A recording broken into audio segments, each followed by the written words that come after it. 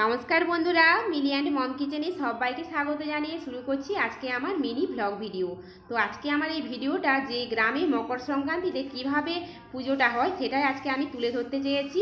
তো বন্ধুরা, আজকে আমি পুরোটাই দেখাবো, আপনারা প্লিজ পুরো ভিডিওটা দেখতে থাকুন। এই যে বন্ধুরা, খামারের মধ্যে একটা বড় বাঁশ পুঁতে দিয়েছি।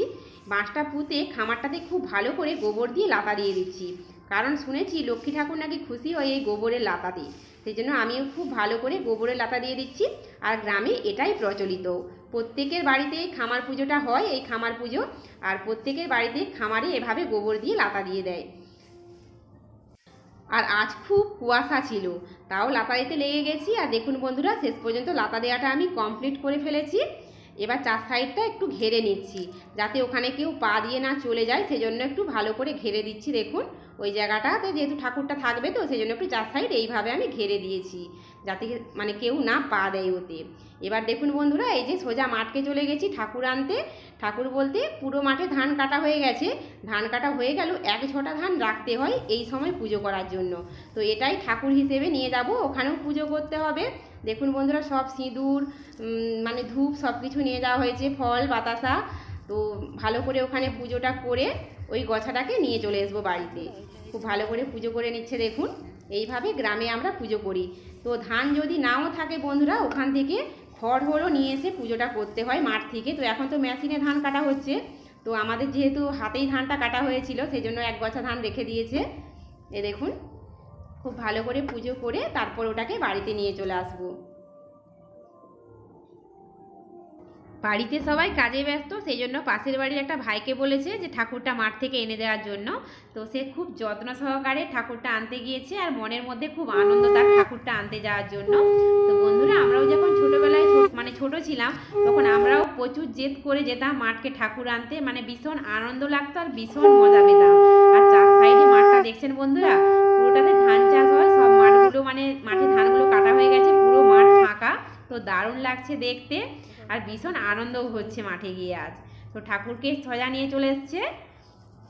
তো সজাপুর যেখানে লাতা দিয়েছিলাম সেই খামারকে ওই ঠাকুরটাকে নিয়ে চলে যাবে। এ দেখুন বন্ধুরা, আগের দিকে আম পাতা দিয়ে এইভাবে জল ছড়িয়ে ছড়িয়ে যেরকম আমরা ঠাকুর নিয়ে যাই সেরকমভাবে নিয়ে যাচ্ছে।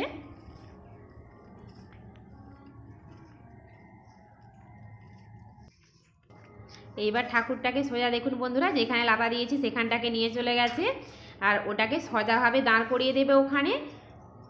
তো এনে প্রণামটা করে নিচ্ছে। দেখুন বন্ধুরা, এইভাবে সোজাভাবে বেঁধে বাঁশের মধ্যে দাঁড় করিয়ে দিতে হবে।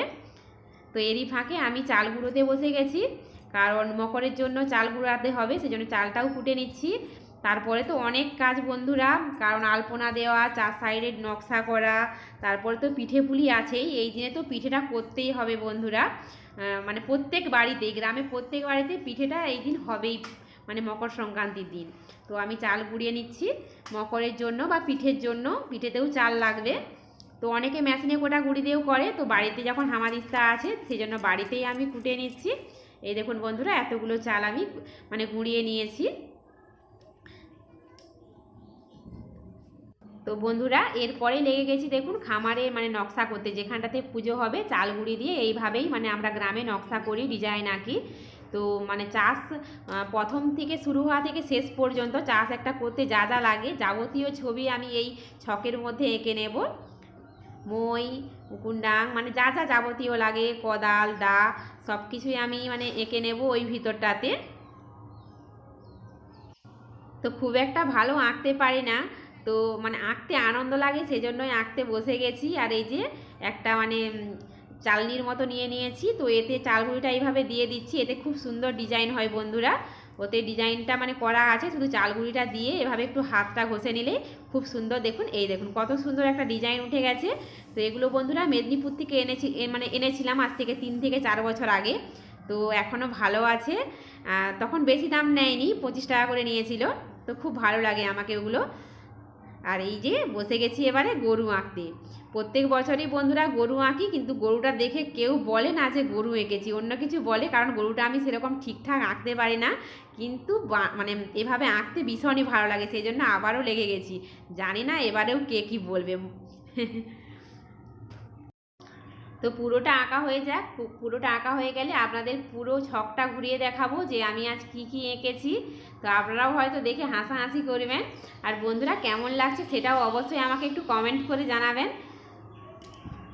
1 বছর বন্ধুরা এই একইভাবে গরু এঁকেছিলাম। তো যারা দেখতে এসেছিলো দেখে বলছে কি রে, এটা কি পড়ার ছবি এঁকেছিস? শুনে ভীষণই দুঃখ লেগেছিল, কিন্তু আমাকে আঁকতে ভীষণই ভালো লাগে। তো দেখুন বন্ধুরা, আবারও আমি আঁকছি মানে সাহস নিয়ে আঁকছি, যে মনে হচ্ছে এবছর আমার গরুটা দেখে সবাই গরুই বলবে। তো দেখা যাক গরুটা দেখার পর লোকে কি বলে। গরুর পাগুলোকে এঁকে নিচ্ছি এইভাবে ছোট ছোট করে চালগুড়ি দিয়ে। পুরোটাই চালগুড়ি দিয়েই বানাচ্ছি বন্ধুরা, ওইখানে যত কাজ হয় পুরো চালগুড়ি দিয়েই বানানো হয়, যত ডিজাইন হয় মানে গ্রামে আমরা এভাবেই বানাই। উপর থেকে একটু চালগুড়ি এইভাবে ছড়িয়ে নিচ্ছি দেখুন। এই যে এবার আপনাদের পুরোটা দেখাবো যে পুরো ছকের মধ্যে আমি কি কি ছবি এঁকেছি। এই যে এগুলো তো আমি সেই ডিজাইন ছিল সেগুলো থেকে এগুলো ছাপ তুলে নিয়েছি গুঁড়ি ছড়িয়ে। প্রত্যেকটা ডিজাইন দেখুন খুব সুন্দর, লক্ষ্মী ঠাকুরের মানে পায়ের চিহ্নটাও খুব সুন্দর লাগছে দেখুন। আর এই যে এই মাসের মধ্যে সে লক্ষ্মী ঠাকুরটাকে এনে বেঁধে দিয়েছিলাম। আর 4 সাইডটা দেখুন বন্ধুরা, এইভাবে ছবি এঁকেছি। এই যে ধান গাছের ছবি এঁকেছি, আর কত ধান হয়েছে দেখুন, অনেক ধান হয়েছে, একটা গাছেই অনেক ধান হয়েছে। আর এই যে ধামা, তারপরে মই, তারপরে এটা উকুন ডাং, এগুলো সব লাগে বন্ধুরা ধান চাষ করতে, তাই সেই সব ছবিগুলো সবাই আঁকে। আর এই যে আমার জোড়া গরু দড়ি দিয়ে বেঁধে রেখেছি যাতে পালিয়ে না যায়, কারণ প্রত্যেক বছর বলে যে ভালো করে গরুটা বেঁধে রাখ, নাহলে তোর যা গরু পালিয়ে যাবে। সেই জন্য এবছর গরুগুলোকে দড়ি দিয়ে বেঁধে রেখেছি। আর চাষ করতে গেলে যেটা বেশি লাগে বন্ধুরা জল, সেই জন্য একটা মোটরের ছবিও এঁকেছি, আর জল বেরোচ্ছে। তো দেখে কেমন লাগছে বন্ধুরা জানাবেন সব কমেন্ট করে, তো কেমন হয়েছে। এই হলো আজকে আমার পুরো ছকের মানে কি কি এঁকেছি সেইটা। এই দেখুন বন্ধুরা, তো কেমন লেগেছে জানাবেন। তো এটা পাশের বাড়ি মা বাড়িতে চলে এসেছি, তাদেরও খুব সুন্দর করে ডিজাইনটা করেছে। তো আমাদের পুজো হতে হতে প্রায় সন্ধে হয়ে যাবে বন্ধুরা, সেই জন্য মামা বাড়িতে চলে এসেছি। মামাদের ঘরে বামুন ঠাকুর চলে এসেছে, তো তাদের পুজোটা শুরু হয়ে যাবে। তো ভাবলাম সেটাই আপনাদের ভিডিও করে দেখায়, কারণ সন্ধেবেলা তখন হয়তো লাইট থাকবে না, কারণ আপনাদের তখন ঠিক মতো দেখাতে পারবো না। এই যে বামুন চলে এসেছে ঠাকুর নিয়ে, মানে ঘরের ভেতর ঠাকুরটা ছিল, তাকে বাইরে ওখানে নিয়ে চলে এসেছে লক্ষ্মী ঠাকুর, লক্ষ্মী নারায়ণ গণেশ। তো বামুন ঠাকুর পুজো করছে দেখুন। কারণ পুজোটা ঠিকঠাক হয়ে গেলেই তারপর বন্ধুরা ওখান থেকে ঠাকুরটাকে আবার ঘরে তুলে রেখে দেবে বামুন ঠাকুর। তারপর ওই জায়গাটাতে খুব ভালো করে খড় দিয়ে মানে ঘেরে মানে ভালো করে বেঁধে দেবে। আর এখন তো বন্ধুরা মেশিনে ধান কাটা হচ্ছে, সেজন্য তো মানে খড় পাওয়াই যাচ্ছে না, তো অনেকেই এখন চিকচিকা দিয়ে বেঁধে দেয়। তো আমাদের যেহেতু হাতে ধান কাটা হয়েছে, তো আমাদের খড় আছে, কিন্তু আমাদের পুজো যে কখন হবে, সেই বামুন ঠাকুর কখন আসবে সে বামুন ঠাকুরই জানে, কারণ সন্ধে হয়ে যায় পুজো হতে হতে আমাদের। তো দেখা যাক আজকে কত তাড়াতাড়ি বামুন আসে। তারপর তো পিঠের ঝামেলা আছে, পিঠে বানাতে হবে। এই যে পুজো প্রায় শেষ, সবাই চরণামৃত খাচ্ছে। এই যে ঠাকুর এবারে বামুন ঠাকুর বাড়িতে আবার রেখে দেবে, যেখান থেকে নিয়ে এসেছিল সেখানে যেয়ে ঠাকুরটা রেখে দেবে। এই দেখুন বন্ধুরা, এইভাবে চিকচিকা দিয়ে ওখানটাতে ঘেরে রেখে দেবে। 3 দিন ওখানে সন্ধ্যা দেওয়া হবে, তারপর 3 দিন পর ওইটাকে খুলে সব কিছু জলে ভাসিয়ে দেওয়া হবে, এইভাবে বেঁধে রেখে দেওয়া হবে।